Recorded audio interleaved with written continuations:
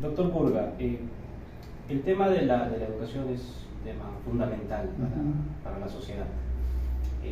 Bueno, la entrevista de hoy es en base a las reformas universitarias, porque seguramente hay muchos que de repente piensan que no están muy metidos en el tema de la historia, ¿no? Sobre todo jóvenes, y que de repente piensan que la reforma universitaria actual de repente es la única que ha existido en el Perú. Sin embargo, creo que usted nos va a explicar en esta entrevista cuál ha sido el proceso de toda la educación a lo largo de la historia, ¿no? Y la primera pregunta sería, ¿cuáles han sido los cambios más significativos, digamos, que se pueden encontrar a lo largo de la historia del Perú, en base a reformas, cambios en la estructura de la educación superior? En la educación superior universitaria. Bueno, la primera importante reforma que se recuerda fue la del siglo XVIII, que fue la reforma que se pone en marcha después de la expulsión de los jesuitas en 1767, y la reforma se hace entre el 67 y el 72, ¿no? Y San Marcos sufrió por primera vez una reforma de la educación superior universitaria, ¿no? Y el Estado español prefirió concentrar sus esfuerzos en otra institución, que es el Colegio Carolino de la época, San Carlos, el Colegio San Carlos, San Carlos por el rey de España. Esa fue, digamos, si uno quiere mirar de lejos, lo más lejos posible, a finales de la época colonial, esa fue una reforma importante porque se crean instituciones al lado de San Marcos, y la institución al lado de San Marcos más importante que se crea fue el Colegio San Carlos, el Colegio Carolino.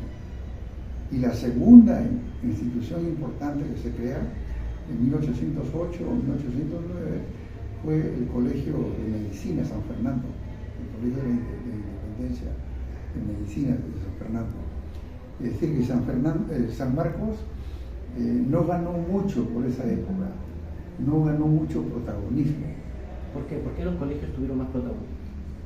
Porque por una razón muy sencilla, pero muy importante.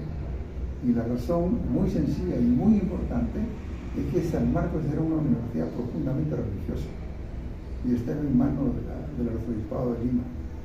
Primero en su origen en manos de la orden dominica, y después en el siglo XVIII, en este momento, en manos del arzobispado. Y el virrey y el rey de España, en una época de reforma,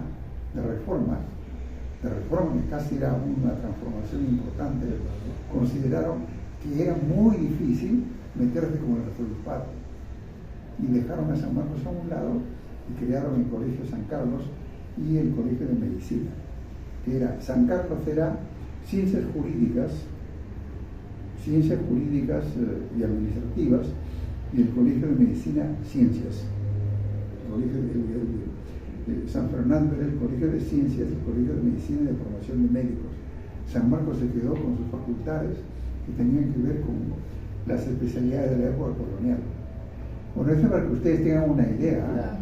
Es una historia no tan conocida ni tan racionalizada, ¿no? Yo he pensado mucho eso por haber sido rector de San Marcos y por vivir de dentro los cambios. Claro. Pero muy pocos lo saben. Ahora la gente de San Fernando quizás sí, que las vacunas se introdujeron hacia 1807, 1808, por primera vez en el Perú, contra la viruela y el sarampión. Y el camino de introducción fue el Colegio San Fernando de San Marcos, que no es ninguna novedad, porque para América Latina todos tenían colegios similares, ¿no? Y todos se incorporaban. Pero San Marcos vivía el mundo aparte, que era el mundo bajo el control del arzobispado del Perú. Y eso es bien importante que ustedes lo tomen nota. Digamos que entonces... Yo les digo que eso, San Marcos era un centro de catequesis. un centro de cristianización, ¿no? La iglesia, los dominicos primero, el arzobispado después, controlaban San Marcos.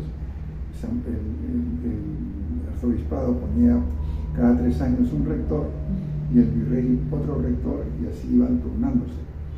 Pero había un control para que San Marcos sea una universidad de catequesis, de cristianización, de enseñar la doctrina cristiana. ¿Y cómo inicia el proceso de cambio en San Marcos? Y eso me parece que no era tan bueno para la vida universitaria, ¿no? Hubiese sido, ¿no? Porque la iglesia es para la catequesis, pero la universidad es otra cosa. La parte académica. La universidad es para aprender oficios, conocimientos, noticias del mundo, no para cosas trascendentes que tienen que ver con el espíritu y el alma de cada uno. Para eso está la iglesia. Pero San Marcos tuvo 16, 17, 18 y 19 bajo el dominio de la iglesia. Y el virrey, que era tan poderoso, Fernando de Abascal, tan importante, igual que el virrey de España, Fernando VII, entendieron que con la iglesia no hay que meterse. Entonces crearon colegios paralelos, el colegio de Derecho y el colegio de Medicina. Y San Marcos se quedó vegetando.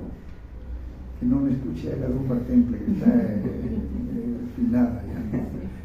Pero entonces, ¿eso hasta cuándo va a durar? Yo diría hasta mediados del siglo XIX.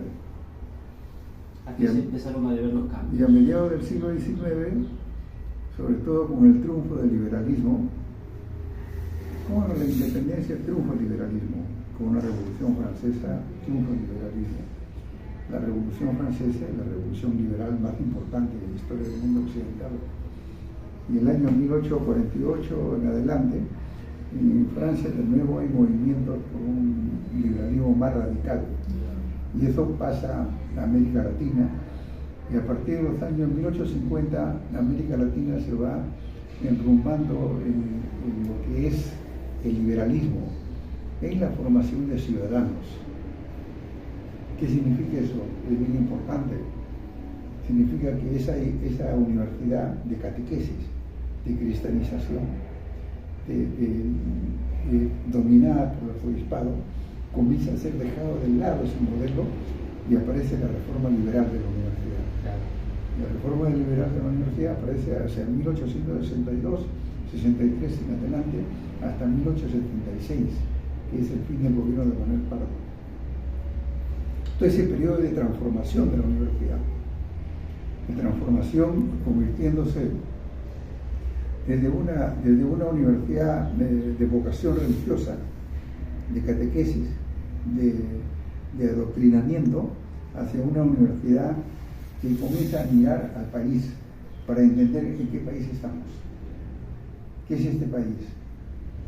Antes se venía con la Biblia y con los derivados de la Biblia a cristianizar.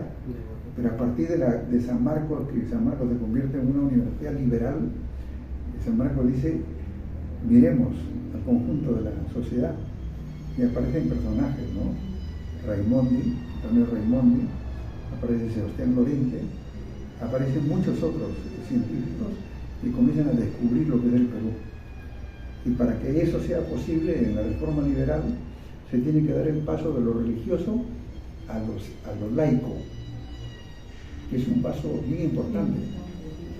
Bien importante porque ya no, el arzobispado deja de ser importante para que la importancia lo tenga el gobierno central. El presupuesto de San Marcos, hasta antes de 1852, 62, era un presupuesto que provenía de los antiguos impuestos religiosos, del diezmo.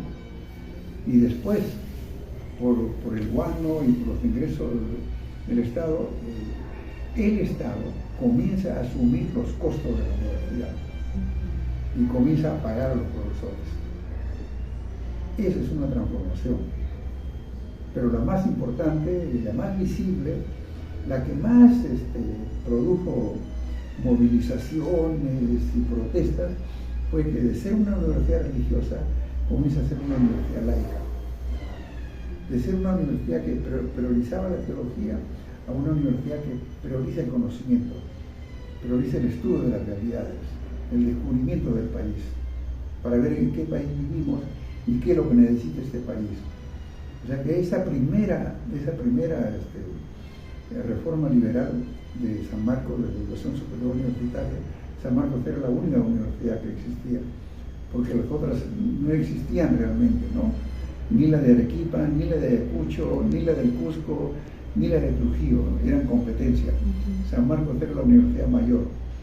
Mayor porque, no por la edad, sino porque tenía más especialidades, ¿no? Tenía 5 especialidades. Bueno, he hablado un montón. No. Yo le digo No se preocupe. que la reforma liberal, para mí entender, ¿no? Es muy importante, porque permite que San Marcos salga del ámbito del arzobispado y vaya al ámbito del Estado. Y San Marcos comienza a mirar, comienza a tratar de descubrir el país, comienza a pensar como pensaban los revolucionarios franceses de fines del siglo XIX, del siglo XVIII. Es decir, ¿qué hacemos para mejorar la sociedad?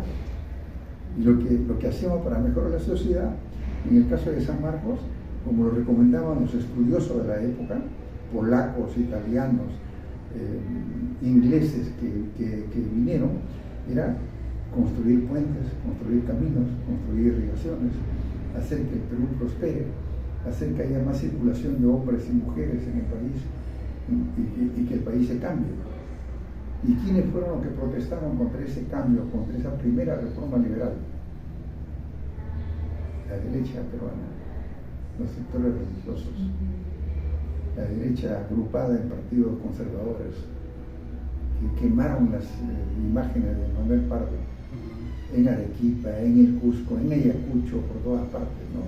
Decían, este es el demonio, quiere imponer el conocimiento científico. Creo que sí, ¿no? Sí. Y doctor, hasta esa fecha, hasta esta reforma liberal, ¿cuál fue la participación de los indígenas en la educación superior? Bueno, es una buena pregunta. Yo diría de que la población indígena, si por indígena se considera a los que vivían en las comunidades o a los nativos que vivían en la Amazonía, no tenían mucha participación en la universidad. Lo que significa que no estudiaban en la universidad. Sin embargo, habían algunos que sí accedían a la universidad. Hay ejemplos. El médico que paralelamente a Hipólito Unanue, que era un médico famoso, que era un descendiente, un afroperuano. Y así podríamos encontrar una serie de ejemplos. Pero había una suerte de idea general de que la universidad era para los criollos. De acuerdo. Y en segundo lugar, lejos, para los mestizos. Los otros no tenían derecho a la universidad, ni afrodescendientes, ni descendientes de los indígenas. Eso es hasta el siglo XIX. ¿Y esto empieza a cambiar con la reforma universitaria de 1919? ¿Nos puede explicar cuál fue el panorama de esa reforma? Empieza a cambiar antes, porque aquí la reforma de 1918, que es la reforma de Córdoba, es una reforma que viene como consecuencia de los cambios en el mundo también. Si la Revolución Francesa originó la reforma liberal, la Revolución Bolchevique en Rusia de 1917 originó también transformaciones en las universidades. Ya las universidades comenzaron a orientarse en otra dirección. Pero antes la gente, los hombres y mujeres, habían conquistado sus derechos, poco a poco, hombres y mujeres. La mujer comenzó a participar en la educación en el siglo XIX, en los círculos de lectura, en los círculos literarios, en la educación. Y hay ejemplos así sobresalientes. Teresa González de Fani, por ejemplo, para mencionar solamente un nombre. que es una mujer que enviudó muy joven, porque el esposo murió en la guerra con Chile, y se dedicó a la educación. Y así podríamos encontrar otros nombres de educadora que empezaron a educar a los niños, ¿no? Y los hombres decían muy bien que eduquen a los niños, y nada más que eso. Pero poco a poco las mujeres fueron ascendiendo en escala, pasaron a la secundaria, pasaron a la universidad, y aparecieron mujeres escritoras, Manuela Gorriti, Mayer, ¿cómo se llama? Dora Mayer no Dora Mayer de Suren, no, sino la autora de Ave sin Nido, Lorinda Mato de Turner.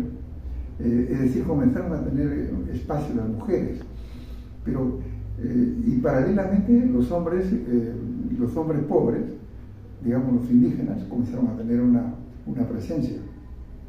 Y cuando tú me dices desde cuándo, yo te digo desde fines del siglo XIX, porque para tomar solamente un ejemplo, Julio Cetello nació hacia 1887, ¿no? Y la primera década del siglo XX ya era un médico. En 1810 su tesis, en 1812 su otra tesis, y después estudios. Y él es un personaje emblemático para nosotros, ¿no? Él es de Guarochirí, hijo de gente muy pobre, considerado indígena, y le decían en la época el indio Teiro, el mancocapa de la arqueología, como insultándolo, pero era una potencia intelectual. Y como potencia intelectual, lo que hizo fue permitir que las universidades tuvieran un acceso más, una apertura mayor hacia las clases, hacia los sectores marginados. Es un tema bien complejo, cómo es que la gente comienza a acercarse a la universidad. Y también hay formaciones también autodidactas, ¿no? Por ejemplo, José Carlos Mariátegui no terminó ni la secundaria, sin embargo era uno de los intelectuales brillantes, pero no pisó San Marcos, al contrario, era crítico de San Marcos, y sirvió a la Universidad Prista, ¿no? A la universidad que fundó el APRA.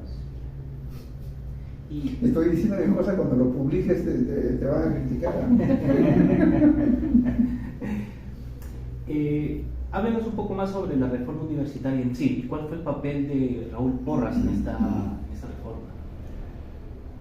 Bueno, Raúl Porras, como ya lo dijimos, nació en 1897, y el año 20, el año 21, que es el año del centenario de la independencia, él tenía 24 años escasamente. Entonces eran muy jóvenes, pero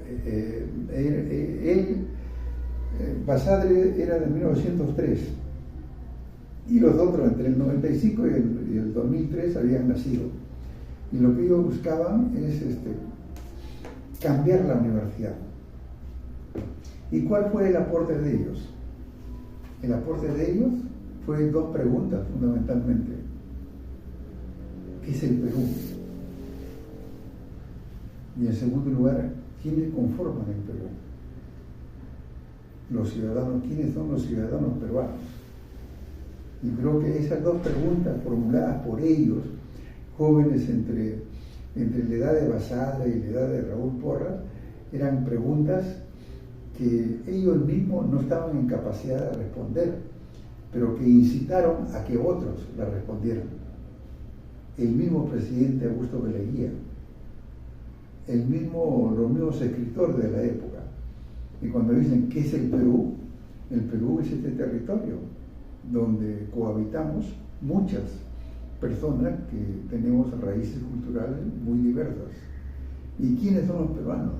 Fundamentalmente aquellos que viven en las regiones rurales y que fundamentalmente no han tenido acceso a lo que son servicios educativos y oportunidades que el Estado brinda a los peruanos. Es decir, ¿quiénes son? Cuando se preguntaba a Raúl Porras y el grupo de la generación del centenario, ¿quiénes son los peruanos? Descubrieron algo muy evidente. Los peruanos son aquellos que no son tratados como peruanos. Y comienza una enorme transformación en el país. Una enorme transformación, no por el discurso de ellos, porque ellos eran jóvenes académicos.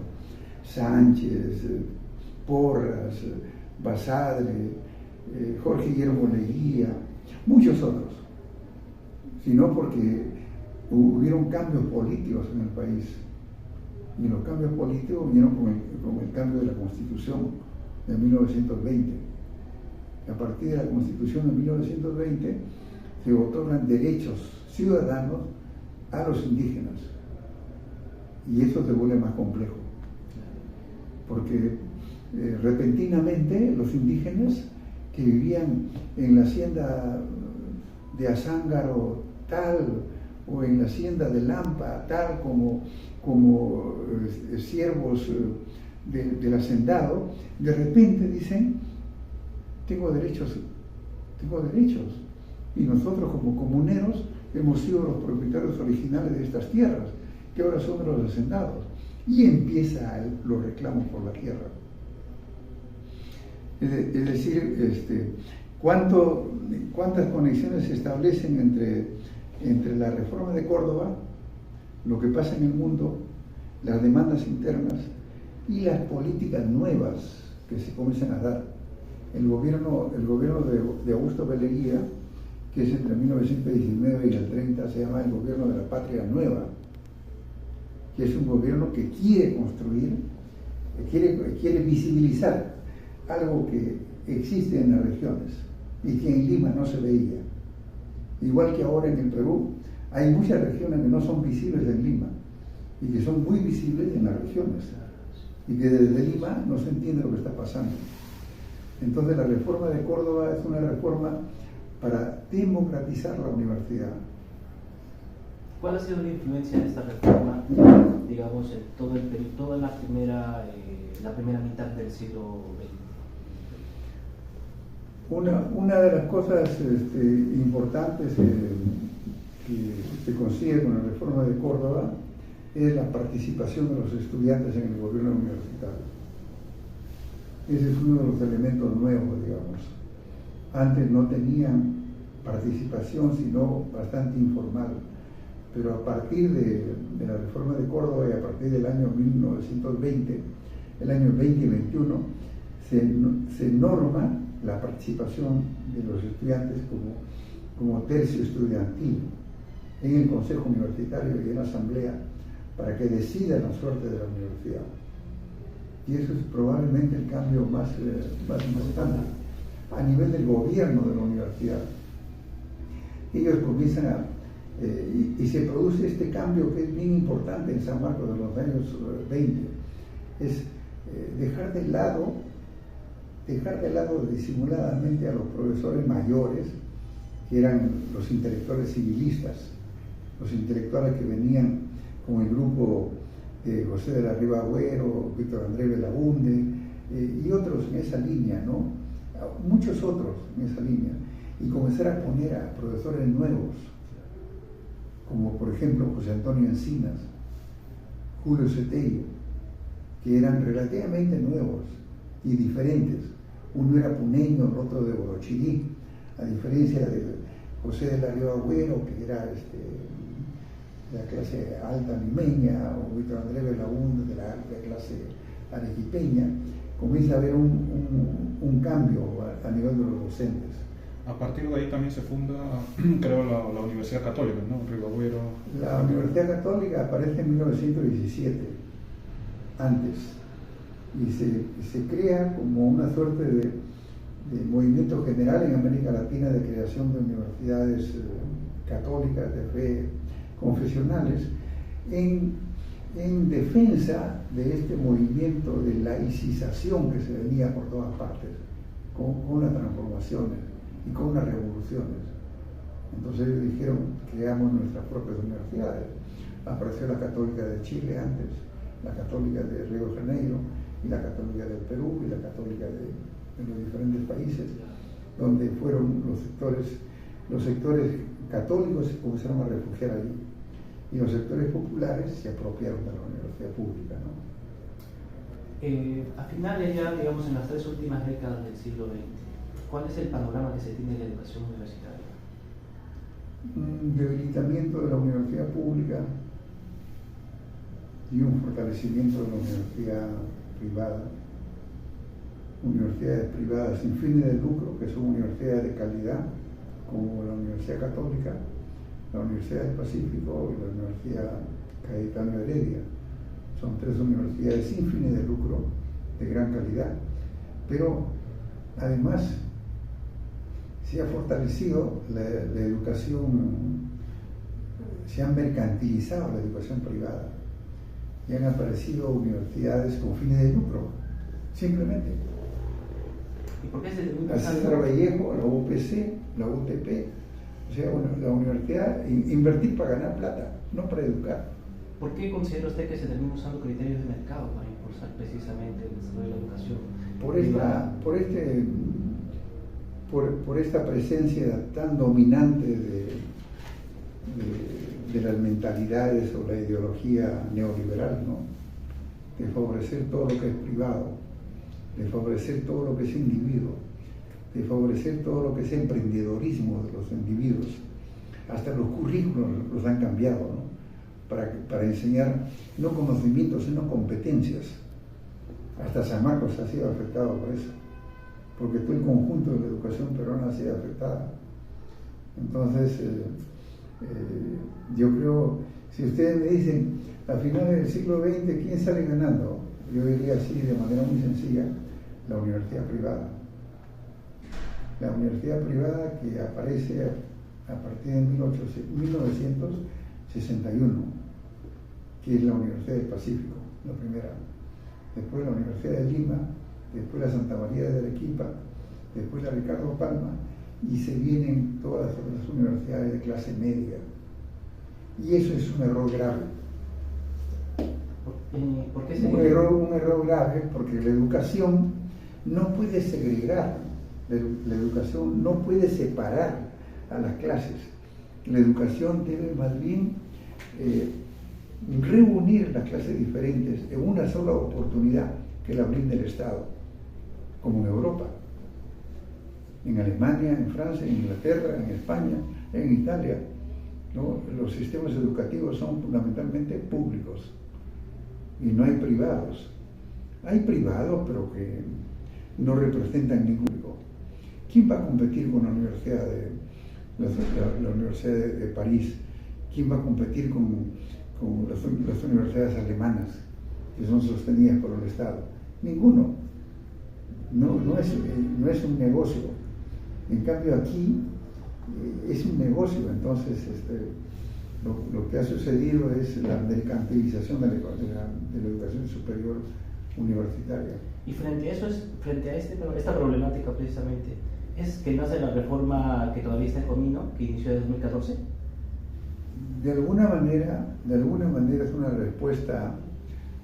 respuesta a la mercantilización de la economía, porque con esta reforma del 2014, con la ley 30/220, lo que se busca es fomentar una educación universitaria de calidad, y para eso se crea una institución reguladora que se llama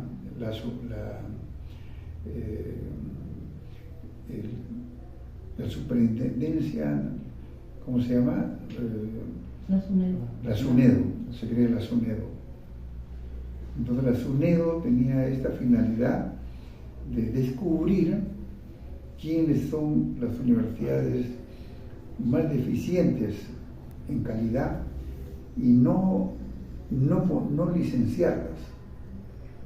Es un tema bien complejo. Sí, pero es un tema muy complejo, pero lo que sí es importante es que la intención era mejorar la educación superior e impedir que universidades mercantilizadas tengan tanta presencia como por ejemplo a las peruanas. como por ejemplo la universidad de la rectora de ustedes, la Universidad India Garcilaso de la Vega, o como otras universidades de negocio, ¿no? Entonces, ¿por qué la rectora de San Marcos defiende la contrarreforma? No lo podré entender nunca. Y cuando De hablamos... repente ustedes lo entienden, ¿no? Pero lo que busca la SUNEDU, que es una superintendencia, es como toda superintendencia que existe en los ministerios. Para la gasolina existe OCINER, para las comunicaciones OCITEL, y para la educación superior la SUNEDU. Es decir, regulaciones para que no nos vendan cosas de mala calidad, con el nombre de buena calidad. Y cuando hablamos del campo de la búsqueda del desarrollo, de cambios en la educación superior, por lo general siempre hablamos de universidades. ¿En qué parte quedaríamos las instituciones? Sobre todo más técnicas. Sí, bueno, las universidades son un centro de profesionalización, investigación y de proyección a la comunidad. Pero falta mucho aquí en el Perú, porque faltan los institutos paralelos, ¿no?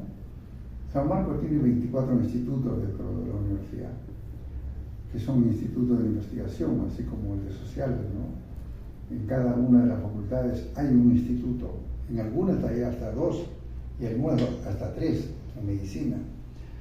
Pero normalmente también pueden estar fuera del ámbito universitario, como es CONCITEC.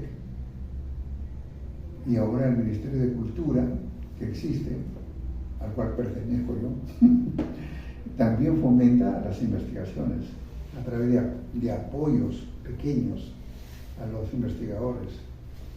Sí, yo creo que el Perú en este momento está viviendo una suerte de metamorfosis de la educación superior. Y lo que se está buscando dentro de esta turbulencia política es encontrar el camino. No es fácil. No es fácil porque todo lo privado es muy prestigioso, tiene mucho prestigio, ¿no? La Universidad Católica tiene mucho prestigio frente a San Marcos, ¿no? En todos los gobiernos anteriores, todos los ministros eran de la Católica. En este gobierno, para suerte nuestra, los ministros ya son de sectores de universidades públicas. Se ha producido un cambio, pero es un cambio que no es tan bien visto. Y lo que se debería procurar es que San Marcos vuelva a la época de Porras, en que el primer ministro, el canciller de la República, era sanmarquino, y los otros ministros eran sanmarquinos, y el presidente de la Cámara de Senadores y Diputados también era sanmarquino. Pero no sanmarquinos exactamente, sino de universidades públicas, ¿no? Es decir, lo que yo te puedo resumir es que la ley 30.220 tiene como función regularizar la educación para que la educación sea de mayor calidad y que fomente, como ya se está haciendo, fomente la investigación. Hay el profesor investigador, hay los profesores con condiciones que le permitan trabajar con comodidad. Doctor, pero la democratización de la educación fue una de las principales demandas de la reforma del 19. Ha pasado ya más de un siglo y, digamos, se tiene todavía pareciera que esta demanda aún sigue pendiente. ¿Cuál es su parecer? ¿Coincide con esta apreciación? No, yo creo que la educación se ha democratizado, todos tienen casi acceso a la educación. Ahora hay 52 universidades públicas. San Marcos era la única universidad pública hasta el siglo XX, digamos hasta mediados del siglo XX, y ahora hay 52. Es decir, hay casi 2 universidades públicas por región, por lo que era departamentos. Y los estudiantes, si no ingresan a la pública, tienen la privada. Las universidades más numerosas, más grandes, son universidades privadas, ¿no? La Universidad César Vallejo, la Universidad UTP y la UPC son las universidades más grandes en el país. Entonces lo que se debe, yo creo que no hay un problema de cobertura, se llama así, cobertura. Es decir, claro, lo ideal será como en Finlandia, en los países nórdicos, que probablemente todos van a ir a la universidad, ¿no? Probablemente. Pero no todos tienen vocación por la universidad. Unos van a las carreras técnicas, que es la educación como está organizada en Europa. Pero aquí la cobertura está en 23%, como en toda América Latina. Y es una cobertura bastante en ascenso. Aquí lo que falta es la calidad de la educación y la pertinencia.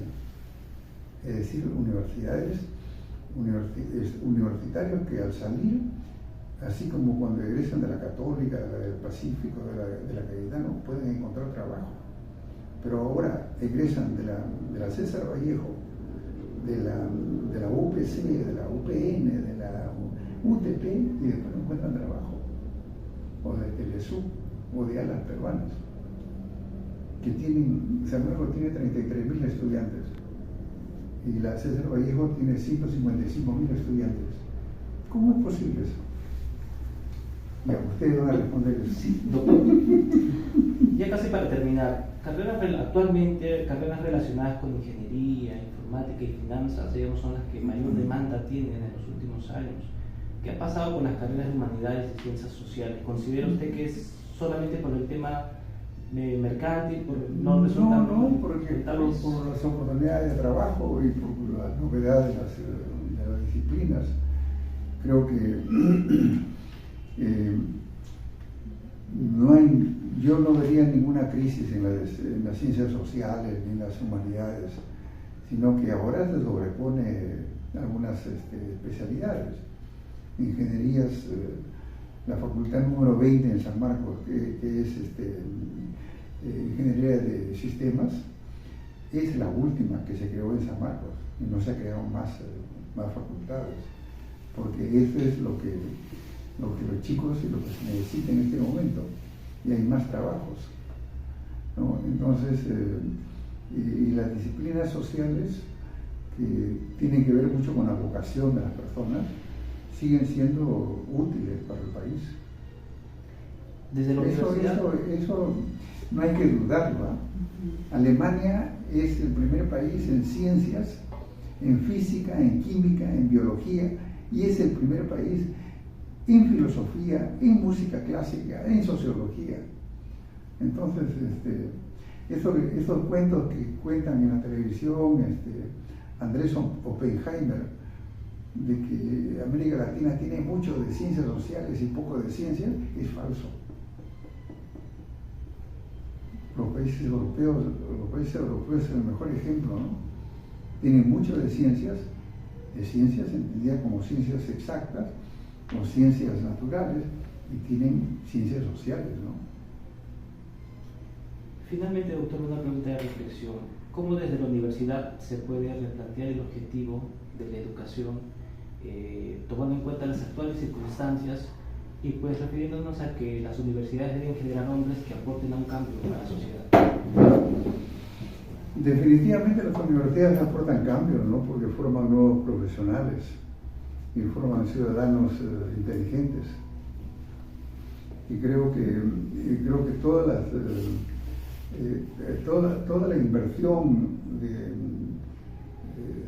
del Estado en educación para formar nuevos profesionales y nuevos ciudadanos es muy importante para el futuro del país. Creo que el Estado peruano tiene que comportarse como se comportan los padres de familia, ¿no? Que piensan que la mejor inversión es la inversión en la educación de sus hijos. El Estado peruano, ¿por qué no tiene la capacidad de pensar de la misma manera y de hacer inversiones importantes en educación? ¿Por qué San Marcos recibió ese campus como regalo en 1951? Y nadie más hizo otro regalo. salvo en mi periodo como rectora, en San Juan de Lurigancho tenemos un campus de 40.000 metros, pero nada más. Entonces lo que se tiene que fomentar es una transformación de la educación, no el ingreso libre a las universidades, que es una medida que ingreso libre a las universidades. Lo que se necesita en las universidades es profesores de calidad, bibliotecas bien buenas, laboratorios importantes, un sitio donde los estudiantes realmente puedan estudiar con tranquilidad. Eso es. Y eso solamente lo puede hacer el Estado. Si el Estado peruano, a pesar de las dificultades, el año 2020-2021, ha logrado soportar la COVID-19, sacando sus ahorros, ¿por qué no desarrollar también una intensa campaña de reforma universitaria, ¿no? De reforma de la educación? ¿Por qué hacer que las clases medias se vayan por un lado y las clases otras por otro lado? ¿Por qué no juntar a todos los ciudadanos bajo esta categoría, ¿no? Ciudadanos que se encuentran, que vivan en diferentes distritos y se encuentren en las mejores universidades. Así es, doctor. Eso es eso. Muy amable. Gracias por la entrevista. Ha sido muy amable.